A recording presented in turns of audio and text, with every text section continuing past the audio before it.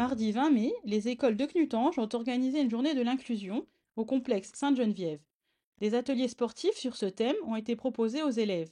Monsieur Bertrand Hervé était à l'origine de cette initiative. Bonjour, je suis Bertrand Hervé, parent d'élèves de l'école Jean Burger. Nous avons souhaité aujourd'hui réaliser une journée pour les enfants de Schumann et Jean Burger, donc tous les collectifs des parents d'élèves, afin de leur apporter une ouverture d'esprit et une autre vision du monde. Donc nous avons choisi le thème de l'arc-en-ciel qui représente toutes les couleurs qu'on peut retrouver dans le monde et parler de diversité, d'inclusion, alors que ça soit autant de l'inclusion de la langue, bien que l'événement est surtout et principalement tourné vers le handicap. Donc aujourd'hui, les enfants réalisent quelques parcours, notamment quelques parcours sportifs avec les yeux bandés, qui leur permettent de ressentir le handicap visuel. Un peu plus grand, un peu plus grand. Voilà, rejoins. Un parcours où ils sont attachés pieds et poings, donc ça sera plus des obstacles.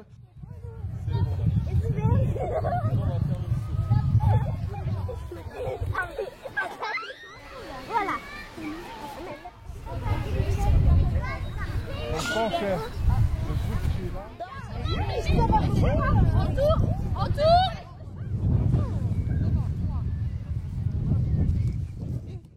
Après, on enchaîne sur un parcours qui va être plus du bouche à l'oreille, donc faire deviner les mots en articulant. Il faut lire sur les lèvres, c'est ce que vivent chaque jour les personnes sourdes en fait. C'est exactement ça. Et oui. Il faut vous mettre à leur place.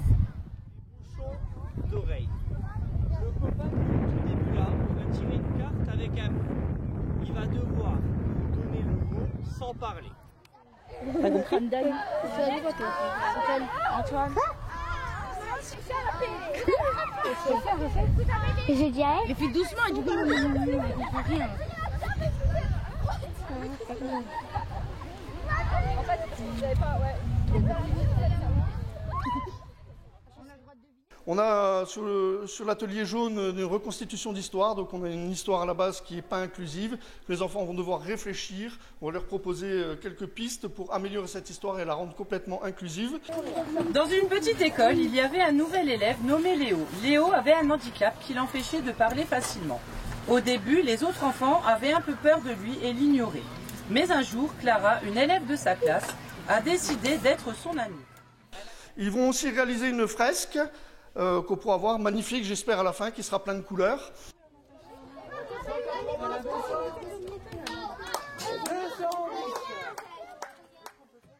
Je suis accompagné aujourd'hui de Jessica Gagnan, une grande championne de tennis, qui actuellement est 10e mondiale. 10e mondiale, voilà, en double, et 22e mondiale en simple. Alors Jessica est porteuse d'un handicap de surdité. Avez-vous déjà ressenti des obstacles liés à votre surdité dans le monde du sport? Nous manquons de reconnaissance et de communication sur le sport sourd, car nous ne sommes pas paralympiques. Il y a des difficultés de obtenir des aides financières pour m'entraîner plus et faire plus de tournois internationaux pour progresser au classement mondial.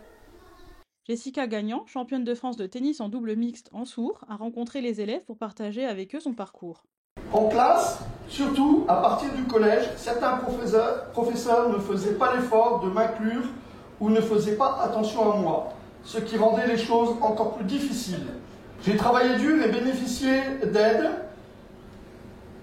AVS, auxiliaire de vie scolaire, d'éducatrice spécialisée, d'une codeuse de langue parlée complétée. Après le bac, j'ai décidé de travailler car je sentais que les études devenaient difficiles. J'avais atteint mes limites au bac, que j'ai eu avec mention bien. Aujourd'hui, Jessica elle travaille en tant qu'assistante administrative polyvalente dans le secteur du bâtiment et de l'industrie, ce qui m'aide financièrement pour ses déplacements, pour faire des compétitions qui m'aideront à obtenir un meilleur classement au tennis. Elle a aussi la chance d'être parrainée par l'association Nicoletta Fondation. Nicoletta, c'est un groupe du bâtiment qui recrute des personnes en handicap pour pouvoir les faire travailler et les suivre dans leur compétition. Aujourd'hui, c'est une joueuse de tennis et elle fait partie de l'équipe de France des tennis sourds. Donc aujourd'hui, elle est classée 22e mondiale en simple et 10e mondiale en double.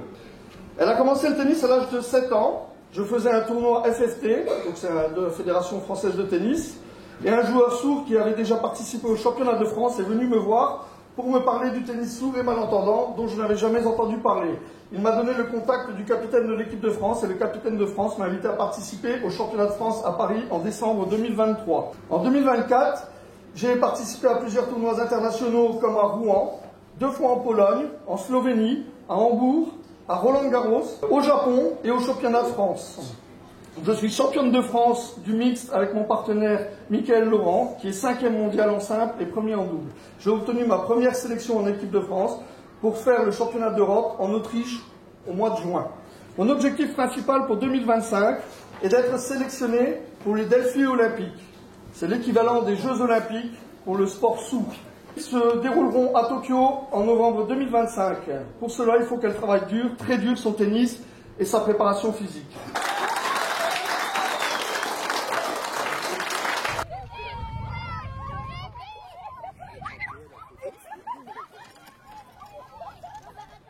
L'association des Petits Poteaux est également présente pour expliquer aux enfants leur mission et leur faire essayer les joëlettes. Attention les filles, attention! Alors l'association des Petits Poteaux a été créée par des coureurs pour emmener des enfants et des adultes en situation de handicap sur des courses. Actuellement, nous sommes à peu près 200 adhérents. Il y a une vingtaine de pilotes, ça aussi entre 20 et 30. Les pilotes sont nos passagers, nos enfants et nos adultes en situation de handicap. On fait quasiment toutes les courses de la région. Là, on rentre du marathon de Liège, c'est notre sortie annuelle. On était 80 avec 8 enfants sur le marathon. Le but, c'est de faire des choses que les enfants ne peuvent pas faire par eux-mêmes. Dernièrement, on avait un gamin de 13 ans, c'était la première fois qu'il allait en forêt. Sa maman n'a pas de voiture, son fauteuil n'est pas adapté pour aller dans la vraie nature. Donc ça lui a permis de découvrir vraiment la forêt, il ne savait pas ce que c'était. Et puis on fait des interventions comme ici dans les écoles, dans des centres aérés, pour apporter une vision sur le handicap. Thierry, qui fait partie de l'association et qui est victime de la maladie de Charcot, explique aux enfants la problématique. On explique aussi sur les courses quelles sont les précautions à prendre. Un gamin qui est en situation de handicap ne peut pas rester trop longtemps. Donc en général, on fait des courses d'1 heure, 1 heure et demie pour pas qu'il soit trop fatigué. Voilà. Et notre grand plaisir, c'est de démultiplier puis d'apporter du bonheur aux enfants qui peuvent pas courir. On fait également le cross des écoles. J'en ai 2 de prévus. On fait plein d'interventions de ce style. Et du 2 au 6 juin, nous sommes à Thionville. Il y a un grand rassemblement sur le handicap au gymnase de la Millière. Donc voilà, s'il y a des gens qui sont intéressés, il y aura différents ateliers. Et puis nous participerons également.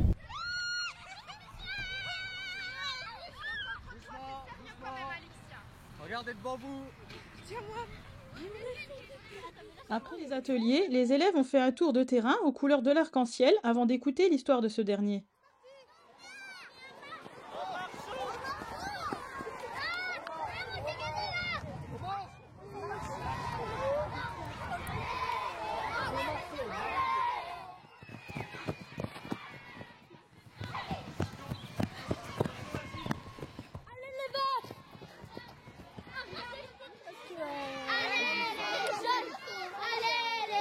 Il était une fois dans un monde où les couleurs vivaient séparément. Une couleur flamboyante nommée rouge, elle était pleine de passion et d'énergie, mais elle se sentait souvent seule. Un jour, Rouge décida qu'il était temps d'unir toutes les couleurs pour créer quelque chose de beau. Orange, la couleur de la lumière et de l'optimisme. Jaune, la couleur de la tranquillité et de la sagesse. Un jour vert, la couleur de la croissance et de l'harmonie se joignit à eux. C'est alors que Bleu apporta avec elle une touche de mystère et de créativité. Alors que l'arc-en-ciel prenait forme, une dernière couleur fit son apparition. Douce et discrète mais puissante. Violet, couleur de la spiritualité, de l'imaginaire et de la transformation. Avec elle, les couleurs découvrirent l'importance de l'écoute profonde profonde du rêve et de la contemplation. Grâce à Violet, l'arc-en-ciel ne fut plus seulement une œuvre d'art, mais aussi un symbole vivant d'unité intérieure et d'harmonie universelle.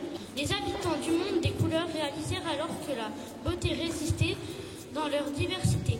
L'arc-en-ciel, symbolisant l'inclusion et l'harmonie, naquit de cette union. Ce jour, Rainbow l'arc-en-ciel illumine le ciel avec ses couleurs éclatantes. Rappelons à tous l'importance de l'inclusion. Chaque couleur, avec son histoire et sa culture, a trouvé sa place dans cette magnifique fresque. La journée s'est terminée avec de la danse devant la banderole réalisée par les enfants qui ont tous pu écrire un mot sur ce que signifiait l'inclusion pour eux.